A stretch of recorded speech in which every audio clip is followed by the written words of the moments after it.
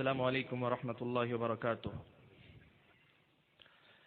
الحمد لله رب العالمين، والصلاة والسلام على أشرف الأنبياء والمرسلين وعلى آله وأصحابه أجمعين ومن تبعهم بإحسان إلى يوم الدين. أما بعد، فأعوذ بالله من الشيطان الرجيم. بسم الله الرحمن الرحيم. يا أيها الذين آمنوا اتقوا الله حق تقاته ولا تموتن إلا وأنتم مسلمون. يا أيها الناس اتقوا ربكم الذي خلقكم من نفس واحدة وخلق منها زوجها وبث منهما رجالا كثيرا ونساء واتقوا الله الذي تساءلون به والأرحام إن الله كان عليكم رقيبا. يا أيها الذين آمنوا اتقوا الله وقولوا قولا سديدا يصلح لكم أعمالكم ويغفر لكم ذنوبكم ومن يطع الله ورسوله فقد فاز فوزا عظيما. أما بعد، فأعوذ بالله من الشيطان الرجيم. بسم الله الرحمن الرحيم. وما خلقت الجن والإنس إلا ليعبدون. معزز صدر جلسہ، استاد محترم، اسٹیج پر تشریف فرما علماء کرام، جمعیت و جماعت کے ذمہ دار احباب، بزرگوں، بھائیوں، نوجوان ساتھیوں اور پردہ نشین ماؤں اور بہنوں،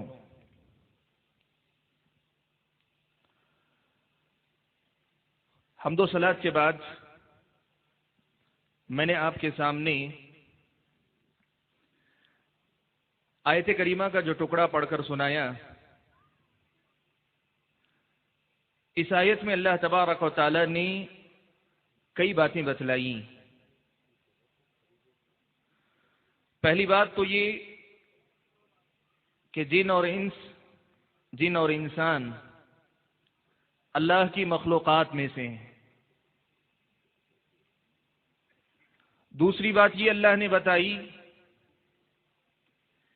کہ ان دونوں مخلوق کو اللہ تبارک و تعالی نے زندگی کا ایک مقصد دیا ہے.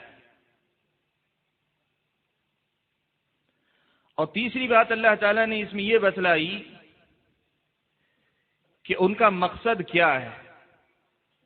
فرمایا الا لیعبدون، میں نے ان کو پیدا اس لیے کیا کہ وہ میری ہی عبادت کریں.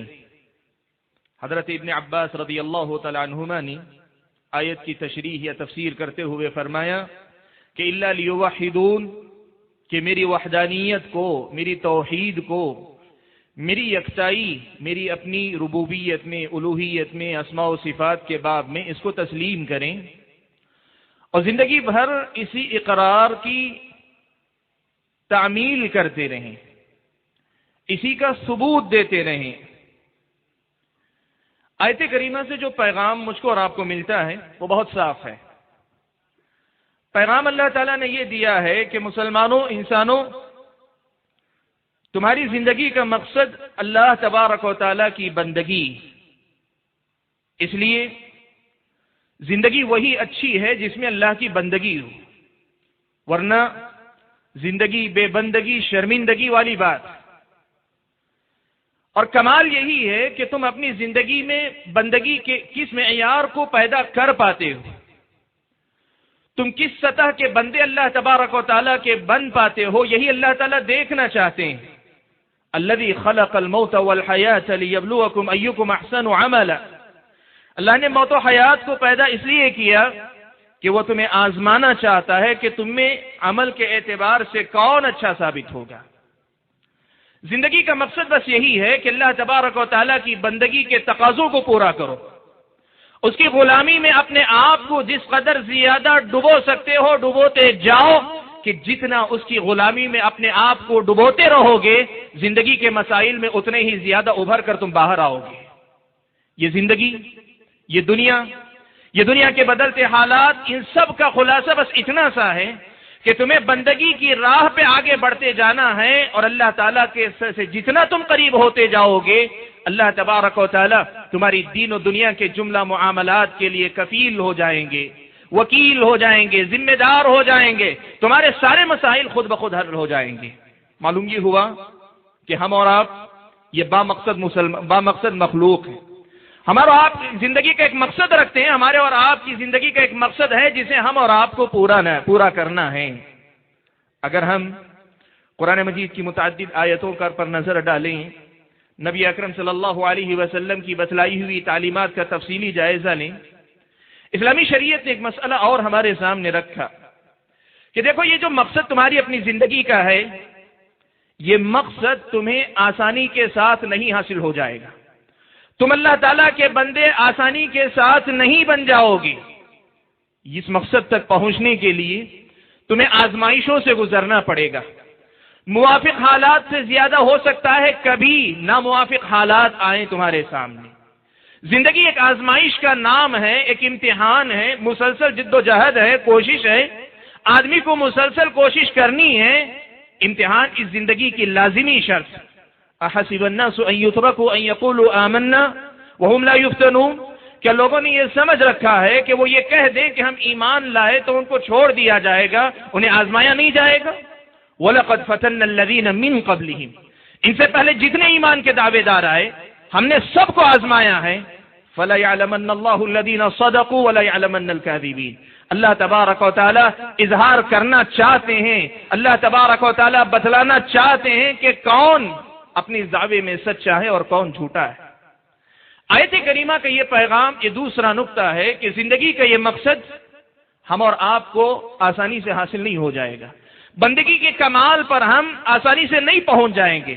یہ ایسا کوئی معاملہ نہیں ہے کہ آپ نے ارادہ کیا، راستے پہ چل پڑے اور آسانی کے ساتھ منزل پر پہنچ گئے، نہیں، یہاں آپ کے سامنے آزمائشیں آئیں گی۔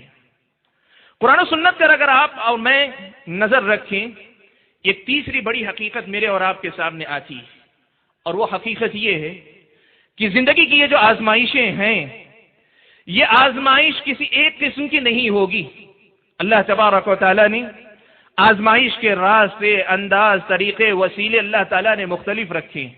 شیطان انسان کے لیے آزمائش ہے، انسان کے لیے آزمائش ہے، یہ جاندار مخلوقات ہمارے لیے آزمائش ہیں، یہ اللہ تعالیٰ کی نعمتیں ہمارے لیے آزمائش ہیں، ہمارے لیے موافق حالات آزمائش ہیں، مخالف حالات آزمائش ہیں۔ ہم میں سے مالداروں کے لیے غریب آزمائش ہے، غریب کے لیے مالدار آزمائش ہے، میاں بیوی آپس میں ایک دوسرے کے لیے زندگی ایک مسلسل امتحان کا نام ہے۔ اسلامی شریعت نے یہ مسئلہ ہمارے سامنے بڑی وضاحت کے ساتھ رکھا ہے۔ اس زندگی کے امتحان کو اسی انداز سے امتحان سمجھ کر گزارنا، یہی اصل امتحان، یہی اصل مقصد ہے میری اور آپ کی زندگی کا، اور اسی پر پورا اترنے کے لیے یہ میری صبح و شام ہے، میرا اور آپ کا چلنا پھرنا ہے، میرا اور آپ کا سونا جاگنا، میرا اور آپ کا خلوت و جلوت میں، تنہائی اور محفلوں کے اندر مختلف کاموں کو انجام دینا، ہمارا گفتگو کرنا، ہمارا خاموش رہنا، یہ سب کچھ بس اسی امتحان کے مختلف پہلو، اس کے علاوہ اور کچھ نہیں۔ لیکن میرے بھائیوں، آج مجھے آپ حضرات کے سامنے اس ساری تفصیل پر روشنی ڈالنے کے بجائے ان معاملات میں سے ایک بڑے ہی اہم مسئلے پر روشنی ڈالنی ہے، ایک بڑا ہی اہم پہلو ہے جس پر مجھے آپ کے سامنے گفتگو کرنی ہے، اور وہ پہلو یہ ہے کہ اللہ تبارک و تعالیٰ نے مجھ کو اور آپ کو انسان بنایا ہے، مرد ہو کہ عورت ہو، کوئی جوان ہو کہ عمر دراز ہو، کوئی امیر ہو کہ فقیر ہو، ذمہ دار ہو کہ ماتحت ہو، اللہ تبارک و تعالیٰ نے انسان کو کچھ فطری ضرورتیں اللہ نے دی ہوئی۔ انسان کی اپنی کچھ فطری ضرورتیں ہیں، بنیادی ضرورتیں ہیں۔ آدمی کے لیے نوالا ضروری، بغیر کھائے وہ جی نہیں سکتا۔ آدمی کے لیے پانی ضروری ہے، چند گھونٹ اگر میسر نہ آئے تو شاید اس کی جان چلی جائے۔ آدمی کے لیے مختلف جو ضرورتیں اللہ نے رکھی ہیں، یہ انسان ان کے بغیر جی نہیں سکتا۔ لیکن میرے بھائیوں، جو بات میرے اور آپ کے سمجھنے کی ہے وہ یہ کہ یہ جو ضرورتیں ہیں، یہ ضرورتیں خود میری اور آپ کی ایک بہت بڑی آزمائش کا ذریعہ ہے۔ یہ جو ضرورتیں ہیں یہ میری اور آپ کی آزمائش کا ذریعہ ہیں۔ آج میری اور آپ کی بڑی اہم ضرورت یہ ہے کہ اپنی ان ضرورتوں کو صرف ضرورت نہ سمجھ کر اللہ تبارک و تعالیٰ کی آزمائش ہم اور آپ سمجھیں۔ آج معاملہ یہی ہو گیا، ہم سمجھتے ہیں کہ پیٹ کا بھرنا ہماری ضرورت ہے، کہیں سے بھی آئے، کیسا بھی آئے، نوالا ہماری ضرورت ہے، ہم اس کو لے لیں گے اپنے اندر. ہم بھول جاتے ہیں کہ اللہ کے نبی صلی اللہ علیہ وسلم نے فرمایا کہ ما نبت من سحت فالنار اولی بها، کہ جو جسم حرام لقمے سے پروان چڑھتا ہے جہنم ہی اس کی مستحق ہوا کرتی ہے، جہنم ہی اس کے لائق ہوا کرتی ہے. یہ بات اللہ کے نبی صلی اللہ علیہ وسلم نے بیان فرمائی. ہم یہ بھول جاتے ہیں کہ مال ہماری ضرورت ہے، لیکن ضرورت کے ساتھ ساتھ میری اور آپ کی آزمائش. من این اکتسبہ وفیما انفقہ، کل قیامت کے دن یہ پوچھا جائے گا اور پہل پوچھا جائے گا کہ مال تو نے کہاں سے کمایا، کہاں خرچ کیا.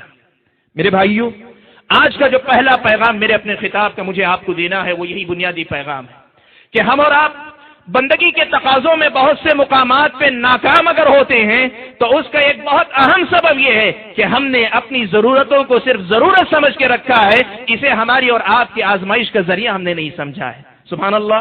حضرت ابوبکر صدیق رضی اللہ تعالیٰ عنہ کو دیکھیں، آپ کا ایک غلام جسے حضرت ابوبکر نے کمانے کے لیے آزاد چھوڑا ہوا تھا، ایک دن کوئی دودھ لاتا ہے، لا کر حضرت ابوبکر صدیق رضی اللہ تعالیٰ عنہ کو دے دیتا ہے. آپ پی لیتے ہیں، پھر اس کے بعد پوچھتے ہیں کہ یہ کہاں سے تم لائے ہو؟ وہ غلام بتلاتا ہے کہ زمانے جاہلیت میں نے ایک مرتبہ کہانت کی تھی،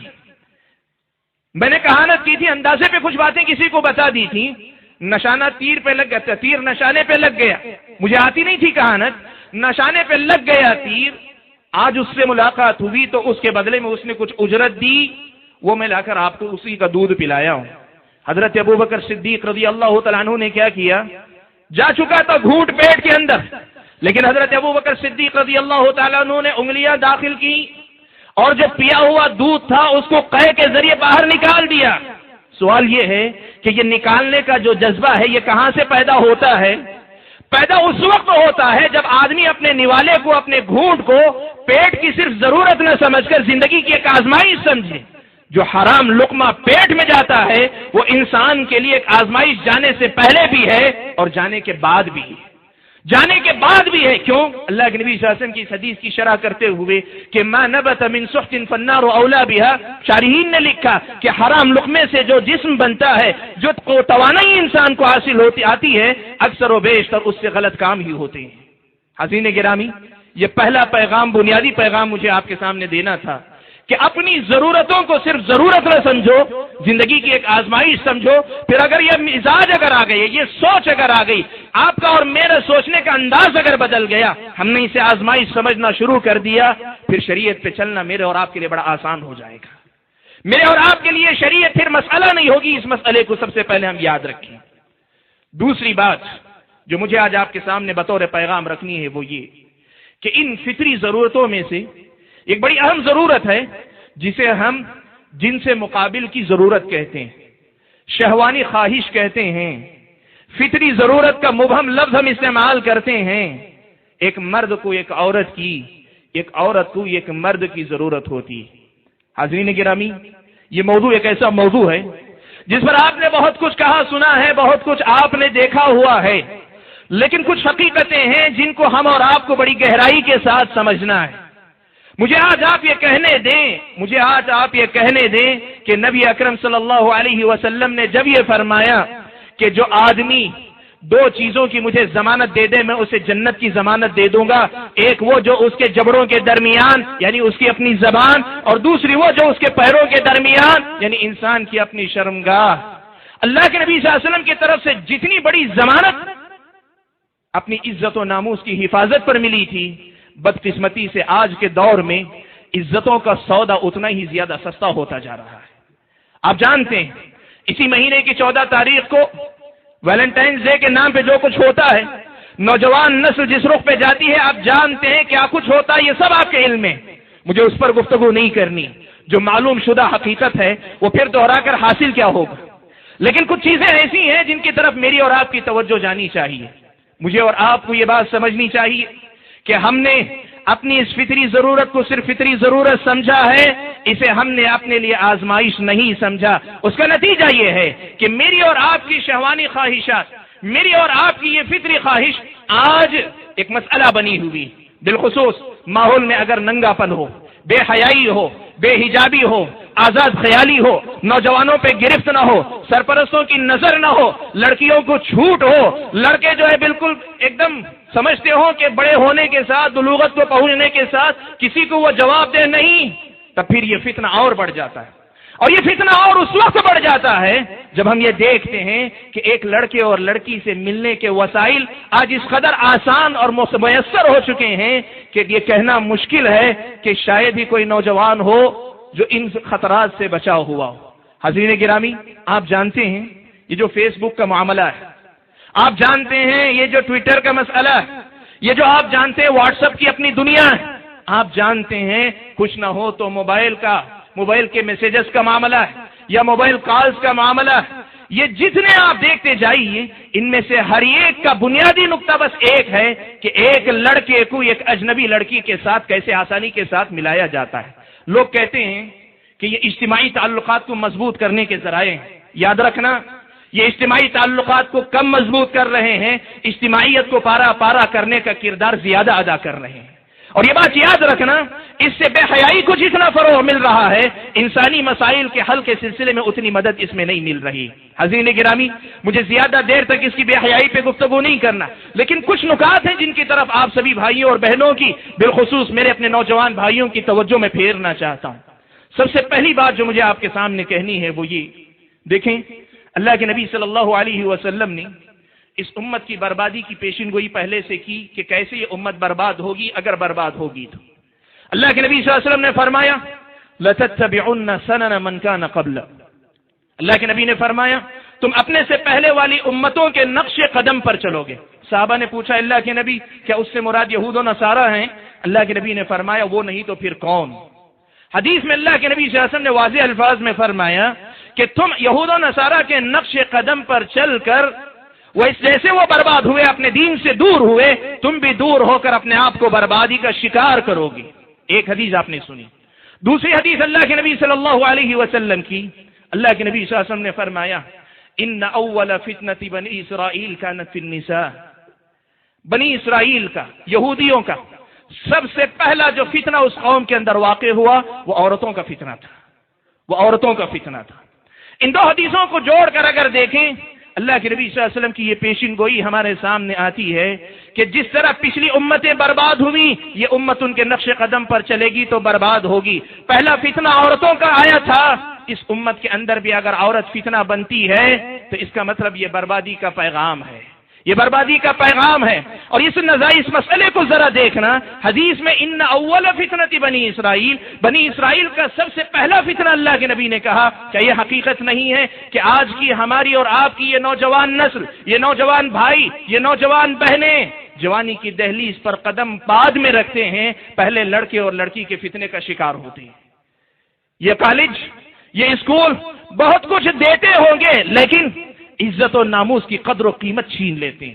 میرے لفظ پہ دیکھنا، میں نے یہ نہیں کہا کہ عزت و ناموس چھینتے ہیں، وہ شاید مثالیں آپ کہیں کم ہوں گی، لیکن نہیں، عزت و ناموس کی قدر و قیمت پہلے ان سے چھینتے ہیں۔ سب سے پہلا فتنہ جس سے آج کی نوجوان نسل دوچار ہوتی ہے، ایک لڑکے کا لڑکی کے فتنے میں، ایک لڑکی کا ایک لڑکے کے فتنے میں مبتلا ہونا ہے۔ سبحان اللہ، بڑی عجیب سوچ لوگوں کی، بڑی عجیب سوچ نوجوانوں کی ہے۔ لوگ یہ سمجھتے ہیں کہ بھائی زندگی ہے، مزہ کرو، زندگی ہے، اللہ تعالیٰ نے خواہشات دی ہیں، ان کو پورا کرنا ہے۔ دین کی اگر پابندی کرو گے، دین کی اگر پابندی کرو گے تو زندگی کی لذت اور مزے سے محروم رہ جاؤ گے، زندگی کا مزہ نہیں ملے گا۔ اور یاد رکھنا، یہ آج کے نوجوان نسل کی بہت ہی واضح سوچ ہے۔ آج کا نوجوان، آپ اگر اس سے گفتگو کریں گے تو یہ بات آپ کے سامنے کھل کر آئے گی، وہ یہی کہے گا، یا تو صاف الفاظ میں یا بات گھما کر بھی کرے، نتیجہ یہی نکلے گا کہ بھائی شریعت کی پابندی کرنے کا مطلب یہ ہوا کہ اپنی خواہشات کو پورے نہ کرو، اپنی خواہشات سے دستبردار ہو جاؤ۔ میرے نوجوان بھائی، میری اپنی نوجوان بہن، اس مسئلے کو سمجھنا اور اس مسئلے کو جاننا، یاد رکھنا، جس رب نے ہم اور آپ کو پیدا کیا، جس نے ہمارے اندر یہ خواہشات رکھی ہیں، اسی رب کی بھیجی ہوئی شریعت دین اسلام ہے۔ اور اللہ تبارک و تعالیٰ سے متعلق یہ میرے اور آپ کے ایمان کا حصہ ہے، میرے اور آپ کے ایمان کا حصہ ہے کہ ہم ایمان لائیں کہ ایک انسان کی اس فطری ضرورت کو پورا کرنے کا جتنا درجہ یا جو مقام تھا، جتنی ضرورت تھی، اسلامی شریعت میں اللہ تعالیٰ نے پوری گنجائش اس کے لیے رکھی ہوئی، اللہ نے کمی نہیں رکھی۔ اللہ تبارک و تعالیٰ نے خواہشات کو دبائے رکھنے کا حکم نہیں دیا، اللہ تبارک و تعالیٰ نے انسان کی فطری خواہشات کو پورا کرنے کا پورا نظم اسلامی شریعت کے اندر اللہ تعالیٰ نے کیا ہوا ہے۔ جب یہ حقیقت ہے، اس پر ایمان لانا واجب ہے میرا اور آپ کا۔ پھر میرے بھائیوں ذرا بتاؤ تم کچھ کرتے ہو کہ نہیں کرتے ہو، یہ بعد کی بات ہے۔ سوچ اگر تمہاری یہ ہے کہ شریعت کی پابندی میں لذتوں سے محرومی ہے تو اس کا مطلب یہ ہوا کہ ابھی تم نے اسلامی شریعت کو کما حقہ سمجھا نہیں، یا اسلامی شریعت پہ کما حقہ تم ایمان نہیں لائے۔ ہاں، اسلامی شریعت یہ ضرور کہتی ہے کہ انسان کو خواہشات انسانیت کے دائرے میں رہ کر پوری کرنی چاہیے، حیوانیت کے درجہ پہ نہیں اترنے چاہیے۔ اور آپ اگر حیوانیت کے درجے پہ اترنا چاہتے ہیں، اسلامی شریعت آپ کو روکتی ہے۔ کیوں؟ اس لیے کہ مسلمان انسان رہ کر مسلمان بنتا ہے، حیوان ہو کر کبھی کوئی مسلمان پورا نہیں بن سکتا ہے۔ اس لیے یہ بات یاد رکھنا، یہ پہلا نقطہ۔ اس سوچ کو بدلو، اس مزاج کو بدلو۔ یہ نہ کہو کہ اسلامی شریعت پہ چلیں گے محبت کا مزہ نہیں آئے گا، زندگی کا لطف نہیں آئے گا، یہ کہنے والا مزاج غلط مزاج۔ اور دوسری سوچ، کچھ نوجوانوں کی سوچ اسی سے ملتی جولتی، ان کا کہنا ہے، ان کا سمجھنا یہ ہے، کہتے ہیں کہ اگر جائز طریقے سے لڑکا لڑکی تک پیغام بھیجے، لڑکی لڑکے تک پیغام بھیجے، عقد ہو، ولیمہ ہو، اس سے وہ محبت نہیں پیدا ہو پاتی جو محبت شادی سے پہلے کی دوستی سے پیدا ہوتی ہے۔ یہ دنیا کہتی ہے، اس سوچ کو دنیا عام کرتی ہے، پھیلاتی ہے۔ یاد رکھنا میرے بھائیوں، یاد رکھنا، اسلامی شریعت تو ہمیں یہ بتلاتی ہے کہ ایک اچھا شوہر جو اپنی بیوی کے حقوق کو پہچانتا ہو اور مخلص ہو اپنی بیوی کے ساتھ، اور ایک اطاعت شعار بیوی جو اپنے شوہر کی قدر شناس ہو اور شوہر کے ساتھ بے غرض محبت کرنا جانتی ہو، ایک ایسے شوہر اور بیوی کے درمیان جو محبت پنپتی ہے وہ کبھی اس بے حیائی کے ذریعے ہونے والی محبت میں نہیں پیدا ہو سکتی۔ اسلام نے یہ حقیقت بڑے واضح الفاظ میں بیان کی۔ نبی اکرم صلی اللہ علیہ وسلم، سنن ابن ماجہ کی روایت میں اللہ کے نبی صلی اللہ علیہ وسلم نے فرمایا، لم یرى للمتحابین مثل النکاح، کہ دو محبت کرنے والوں کے لیے نکاح جیسی کوئی چیز نہیں دیکھی گئی۔ اہل علم نے اس حدیث کی شرح کرتے ہوئے کئی باتیں لکھی۔ بعض نے لکھا کہ اگر کسی کو کسی سے محبت ہو جائے تو نکاح سے بہتر کوئی حل اس کا نہیں ہے، لیکن وہیں بعض شارحین نے یہ نقطہ بھی مستنبط کیا، کہا اللہ کے نبی صلی اللہ علیہ وسلم نے یہ بات بتلائی ہے کہ جائز نکاح کے ذریعے ایک سچی، ایک خالص جو محبت پیدا ہو سکتی ہے، یہ اس قسم کی عشق اور عاشقی کی محبت سے پیدا نہیں ہو سکتی۔ یہ بات اللہ کے نبی صلی اللہ علیہ وسلم کی اس حدیث کے مفہوم میں بعض اہل علم نے داخل کی۔ اور میرے بھائیوں، اگر عملی مثال دیکھنا چاہتے ہو تو دیکھو، اللہ کے نبی صلی اللہ علیہ وسلم کے زمانے کا ایک واقعہ آپ کے سامنے نقل کرتا ہوں۔ صحیح بخاری کی روایت ہے، حضرت عبداللہ ابن عباس رضی اللہ تعالیٰ عنہما روایت کرتے ہیں کہ حضرت بریرہ ایک لونڈی تھی، ان کے اپنے شوہر مغیث۔ اسلامی شریعت نے یہ مسئلہ رکھا کہ اگر کوئی لونڈی رہتے ہوئے مالک اگر اسے لونڈی کے طور پہ استعمال نہیں کرتا، صرف خادمہ کے طور پہ گھر میں رکھتا ہے، تو اس لونڈی کا نکاح کسی اور سے کروایا جا سکتا ہے۔ اب یہ عورت جس کا نکاح، یہ لونڈی جس کا نکاح کسی مرد سے ہو چکا ہے، اگر وہ آزاد کر دی جاتی ہے، اسلامی شریعت یہ کہتی ہے اس لونڈی کو جو اب آزاد عورت ہے، یہ اجازت ہے کہ چاہے تو وہ اپنے شوہر کے نکاح سے باہر آ جائے، اپنے اس شوہر کے نکاح سے آزاد ہو جائے، اسے اسلامی شریعت اختیار دیتی ہے آزادی کے بعد۔ حضرت بریرہ اور مغیث کا یہی معاملہ۔ بریرہ لونڈی تھی، اس وقت مغیث کے نکاح میں تھی، آزاد کر دی گئی، حضرت مغیث سے آزاد ہو گئی، کہا کہ مجھے مغیث کی بھی ضرورت نہیں، میں ان کے نکاح سے بھی آزاد ہوتی ہوں۔ سبحان اللہ، شوہر سچا تھا، محبت کرنا جانتا تھا، محبت سچی کرتا تھا۔ اللہ کے نبی صلی اللہ علیہ وسلم کے سامنے یہ واقعہ پیش آیا۔ حضرت عبداللہ ابن عباس رضی اللہ تعالیٰ عنہما روایت کرتے ہیں کہ بریرہ تو لوٹ گئی، بریرہ تو ان کو چھوڑ گئی، بریرہ تو ان سے جدا ہو گئی، لیکن محبت کے مارے مغیث کی یہ حالت تھی کہ مدینے کی گلیوں میں بریرہ کے پیچھے روتے روتے پھرتے رہتے، بریرہ کے پیچھے روتے روتے چکر لگاتے رہتے، یہاں تک کہ آنسوؤں سے ان کی داڑھی تر ہو جاتی۔ اللہ کے نبی صلی اللہ علیہ وسلم کو ترس آیا حضرت مغیث پہ، بریرہ کو بلوایا، کہا کہ بریرہ لو راجعتی، کاش کیا ہی اچھا ہوتا کہ تم رجوع کر لیتی، شوہر کے پاس چلی جاتی۔ حضرت بریرہ نے پوچھا اللہ کے نبی حکم دے رہے ہیں کہ مشورہ ہے؟ اللہ کے نبی نے کہا میں تمہیں حکم نہیں دے رہا ہوں۔ حضرت بریرہ نے کہا جب آپ کا حکم نہیں تو میں واپس لوٹ کر جانا نہیں چاہتی۔ اللہ کے صلی اللہ علیہ وسلم نے حضرت عباس آپ کے چچا اپنے چچا عباس سے مخاطب ہوتے ہوئے فرمایا کہ عباس دیکھو کیا تمہیں کبھی تعجب نہیں ہوتا، ایک طرف تو بریرہ ان کو اتنا ناپسند کرتی ہے اور دوسری طرف مغیث ان سے کتنی سچی محبت کرتے ہیں، کیسے ان کی محبت میں دیوانے ہو رہے ہیں، سبحان اللہ۔ میرے بھائیوں ایک مثال ہے، ورنہ شادی شدہ لوگ جن کی اپنی زندگیوں میں سچی محبت اللہ نے باقی رکھی ہے وہ جانتے ہیں سمجھتے ہیں کہ اللہ تبارک و تعالی ایک محبت جو ایک میاں بیوی کے درمیان دیتے ہیں وہ محبت کسی اور رشتے میں پیدا نہیں ہو پاتی۔ میرے بھائیوں مجھے کہنے دو، آج یہ محبت کا جو معاملہ جو بھوت نوجوان نسل کے سر پہ چڑھا ہوا ہے، یہ کہاں سے سبق لیتے ہیں؟ یہ نہ ان کی فطرت کی آواز ہے، نہ ان کے اپنے مزاج کی بات ہے، یہ ان کو دنیا دکھاتی ہے فلموں کے ذریعے، ایکٹر ایکٹریس، سیریلوں کے کردار، مختلف قسم کے وسائل، یہ انہیں محبت کا سبق سکھاتے ہیں۔ نوجوانوں کیا کبھی تم نے یہ نہیں دیکھا کہ محبت کا سبق سکھانے بتانے والے یہ وہ لوگ ہیں جن کو خود اپنی عملی زندگی کے اندر اکثر و بیشتر محبت میسر نہیں ہے، وہ جو خود محبت نہیں جانتے، وہ جن کو خود دنیا میں محبت میسر نہیں۔ بیوی ڈرتی ہے کہ کب میرے شوہر کا کسی دوسری ایکٹر سے تعلق ہو جائے گا، شوہر ڈرتا رہتا ہے کہ پتہ نہیں میری بیوی محفلوں میں آتے جاتے کب مجھ سے طلاق لے کر کسی اور کی ہو جائے گی۔ جو محبت خود نہیں جانتے وہ تمہیں محبت کا سبق کیا سکھا سکیں گے؟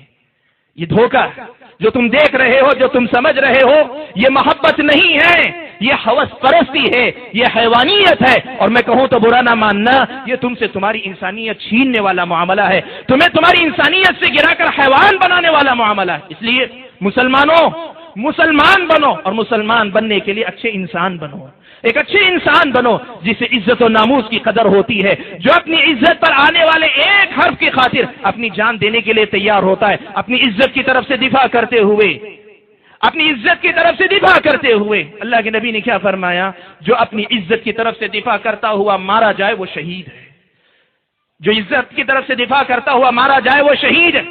عزت اتنی قیمتی ہے کہ تم اس کی خاطر اپنی جان گنوا دو، اسلامی شریعت یہ ہم کو سکھاتی ہے۔ حضرین گرامی، مجھے آپ کے سامنے اس موضوع پر بہت ساری باتیں رکھنی، لیکن وقت جتنا میرے پاس ہے اس وقت میں صرف کچھ بنیادی باتیں آپ کے سامنے رکھنا چاہتا ہوں۔ ذرا ہم اور آپ دیکھیں، یہ جو نوجوان نسل ہے، یہ جو محبت کرتی ہے، اس محبت کا خلاصہ کیا ہے؟ اس محبت کا نتیجہ کیا ہے؟ لوگ کہتے ہیں محبت میں نتیجہ نہیں دیکھا جاتا۔ سبحان اللہ، اگر واقعی معنوں میں محبت میں نتیجہ نہیں دیکھا جاتا، اگر محبت میں واقعی نتیجہ نہیں دیکھا جاتا تو پھر اس ایک ہی محبت میں کیوں؟ پھر اس ایک ہی محبت میں کیوں؟ اللہ سے محبت کیے ہو، غلام بن جاؤ، کبھی نفع و نقصان مت دیکھو۔ نبی سے محبت کیے ہو، مطیع و فرما بردار بن جاؤ، کبھی نفع و نقصان مت دیکھو۔ والدین سے محبت کی ہے، فرما بردار بن جاؤ، اپنے والدین کے بھلا اور برا مت سوچو۔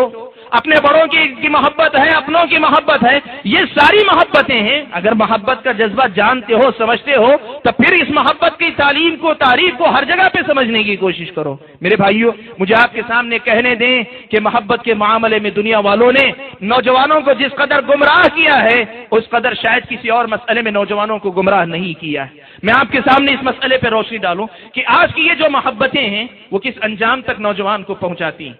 آپ اور میں جانتے ہیں جتنے بھی رشتے اس قسم کے قائم ہوتے ہیں، سب سے پہلی بات تو آپ اور میں دیکھیں کہ محبت کا رشتہ جب تک نکاح نہیں ہو جاتا صرف اس وقت تک کا ہے، ورنہ پھر اس کے بعد، پھر نکاح ہونے کے بعد جیسے جائز نکاح سے رہنے والے میاں بیوی ہوتے ہیں، یہ محبت کرنے والے بھی ویسے ہی میاں بیوی ہوتے ہیں، کچھ الگ قسم کے میاں بیوی نہیں ہوتے، وہی کام کرتے ہیں، وہی سب کچھ کر پاتے ہیں جو جائز ذریعے سے رشتہ جوڑنے والے کر پاتے ہیں، اس سے آگے نہیں جا سکتے۔ اور میں نے تو یہ کہا ہے کہ جو جائز ذریعے سے میاں بیوی بنتے ہیں، اللہ تبارک و تعالی جو برکت اس رشتے میں دیتے ہیں، بے جائز ناجائز طریقے سے ہونے والے رشتے میں وہ برکت نہیں ہوا کرتی۔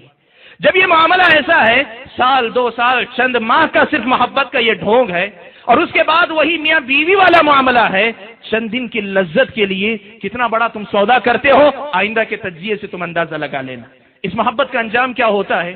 ہم اور آپ دیکھیں، ایسی محبت کرنے والے نوجوان لڑکے اور لڑکیاں ان میں سے کتنے ہیں جن کا یہ رشتہ شادی بیاہ کے رشتے میں بدل پاتا ہے؟ آپ پرسنٹیج آپ خود اندازہ لگا لیں۔ میرا اپنا محدود اندازہ یہ ہے کہ 10%، 20% رشتے ہوں گے جو واقعی معنوں میں میاں بیوی کے رشتے میں بدلتے ہوں گے، ورنہ تقریباً 80% رشتے ایسے ہیں جو میاں بیوی کے رشتے میں نہیں بدلتے۔ اب جو رشتہ میاں بیوی کے رشتے میں تبدیل ہو گیا، ان کا انجام کیا ہو رہا ہے؟ معاشرے میں دیکھو، کہی ہوئی باتوں پہ یقین نہیں آتا، اگر آپ کو دکھائی نہیں دیتا، جو ہم دکھانا چاہتے ہیں آج کے بعد کم از کم معاشرے میں دیکھنے کی کوشش کرو۔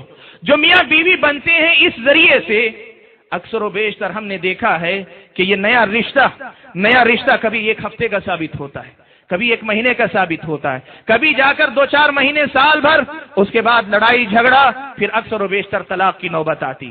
آپ کہہ سکتے ہیں جائز ذریعے سے جو رشتہ ہوتا ہے اس میں بھی طلاق ہوتی ہے، ہاں ہوتی ہے دونوں رشتوں میں، لیکن ذرا باریکی سے اس معاشرے پہ نظر ڈالنا اور انصاف کی بات کرنا، کیا یہ حقیقت نہیں ہے کہ اس ناجائز ذریعے سے قائم ہونے والے رشتوں میں آنے والی دراڑیں، ہونے والی طلاقوں کا تناسب پرسنٹیج جائز رشتوں کے مقابلے میں بہت زیادہ ہے؟ یہ دنیا کی حقیقت ہے، جو آپ دیکھنا چاہیں تو دیکھیں، دنیا آپ کو دکھائے گی، بتلائے گی۔ ایک تو یہ انجام ہوتا ہے، شادی کے بعد دونوں جدا ہو جاتے ہیں، ایک، اور اگر شادی بیاہ تک یہ رشتہ نہیں پہنچ پاتا، 80% اگر رشتے نہیں پہنچ پاتے ہیں، ان کا انجام کیا ہوتا ہے؟ لڑکے کی شادی کہیں ہو گئی، لڑکی کی شادی کہیں ہو گئی، یا دونوں کی کہیں اور ہو گئی۔ اب یہاں مسائل نئے کیا کیا ہوتے ہیں دیکھیں۔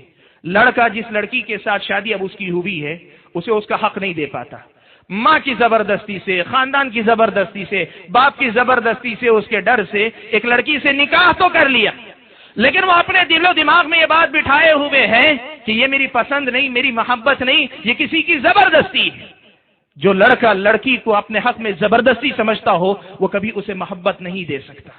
وہ رشتہ ایک میاں بیوی کے رشتے میں نہیں بدل سکتا، وہ ہوس کے اس کا پورا کرنے کا ذریعہ تو ہو سکتا ہے، لیکن ایک سچے میاں بیوی کی محبت کے جذبے سے محروم ہوتا ہے۔ لڑکا اس لڑکی کو سچی محبت نہیں دے پاتا جو لڑکی اس کی بیوی بن کر آئی۔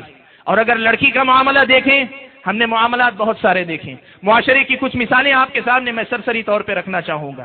معاشرے کے اندر ہوتا کیا ہے؟ حیا مانے ہے بعض چیزوں کا ذکر کرنے سے، لیکن مسئلے کی وضاحت کے لیے ذکر کرنا ضروری ہے، تو کچھ باتیں آپ کے سامنے کھل کر بھی کہہ دوں۔ ہم نے دیکھا لڑکی نئے گھر میں جاتی ہے شوہر کے ساتھ، اب اس کو پتا ہے پرانا آشنا موجود ہے، ابھی اس کا نکاح نہیں ہوا، پہلے کے پاس لوٹ کر جانا ہے، تو اس نئے رشتے کو برباد کرنا ضروری، ختم کرنا ضروری۔ اب اس کے لیے کیا ہے؟ شیطان اسے سکھاتا ہے۔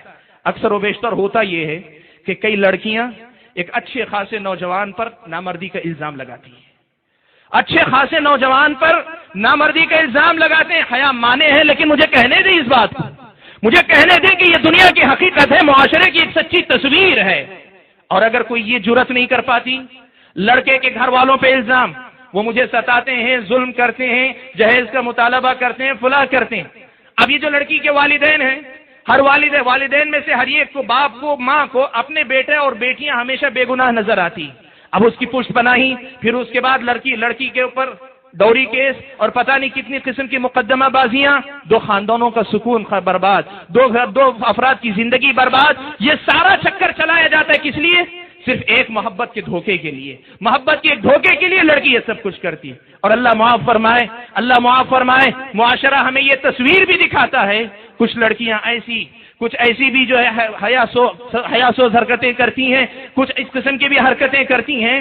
گھر میں شوہر کی حیثیت سے شوہر موجود، گلی کے اندر، شہر کے اندر آشنا کی حیثیت سے آشنا بھی موجود ہے۔ یہ معاشرے کی تصویر ہے، یہ معاشرے کا وہ چہرہ ہے جو اس محبت کے نام پہ میرے اور آپ کے سامنے آ رہا ہے۔ اور ہوتا کیا ہے؟ معاف کرنا، اگر موقع ملتا ہے، چھوٹ ملتا ہے، شوہر کی حیثیت سے جو معاملات گھر کے اندر شوہر کے ساتھ، گھر سے باہر آشنا کے ساتھ، وہ سارے معاملات جاری رہتے ہیں۔ اور اگر وہاں تک چھوٹ نہ ملی تو کم از کم اتنا ضرور ہوتا ہے، شوہر کی نظر بچا کر، گھر کے سرپرستوں کی نظر بچا کر، فون کے ذریعے، مختلف ذرائع کے ذریعے آشنا کے ساتھ اپنے تعلقات کی تجدید ہوتی رہتی ہے۔ یہ معاشرے کی تصویر ہے۔ اور اگر یہ بھی نہیں ہوتا، کسی کو اللہ تعالیٰ نے شرافت دی ہے، تو ہوتا کیا ہے؟ لڑکی سمجھوتا کر لیتی ہے، شوہر کے ساتھ سمجھوتا، نئی زندگی کے ساتھ سمجھوتا، ظاہری طور پہ سمجھوتا کر لیتی ہے، لیکن دل کا وہ مقام جو ایک شوہر کا حق بنتا ہے، جائز حق بنتا ہے، وہ حق کبھی اپنے شوہر کو نہیں دے پاتی، اس لیے کہ یہ حق کسی اور پہ پہلے لٹا چکی ہوتی ہے۔ ساری زندگی خیانت کی ایک زندگی بن کر وہ زندگی ختم ہوتی چلی جاتی۔ حاضرین گرامی، یہ وہ چیزیں ہیں جو میرے اور آپ کے سامنے آتی ہیں۔ اور اسی درمیان کبھی شادی سے پہلے، کبھی شادی کے بعد اگر یہ محبت انجام تک نہیں پہنچتی، لڑکا اور لڑکی خودکشی کر لیتے ہیں، حرام موت، خودکشی کر لیتی ہیں، اپنی جان لے لیتی ہیں۔ سبحان اللہ. میرے نوجوان بھائیوں، میری اپنی نوجوان بہنوں، میرے ایک سوال کا جواب دینا. محبت کا جذبہ تو خیر کا جذبہ ہے، بھلائی کا جذبہ ہے، اچھائی کا جذبہ ہے.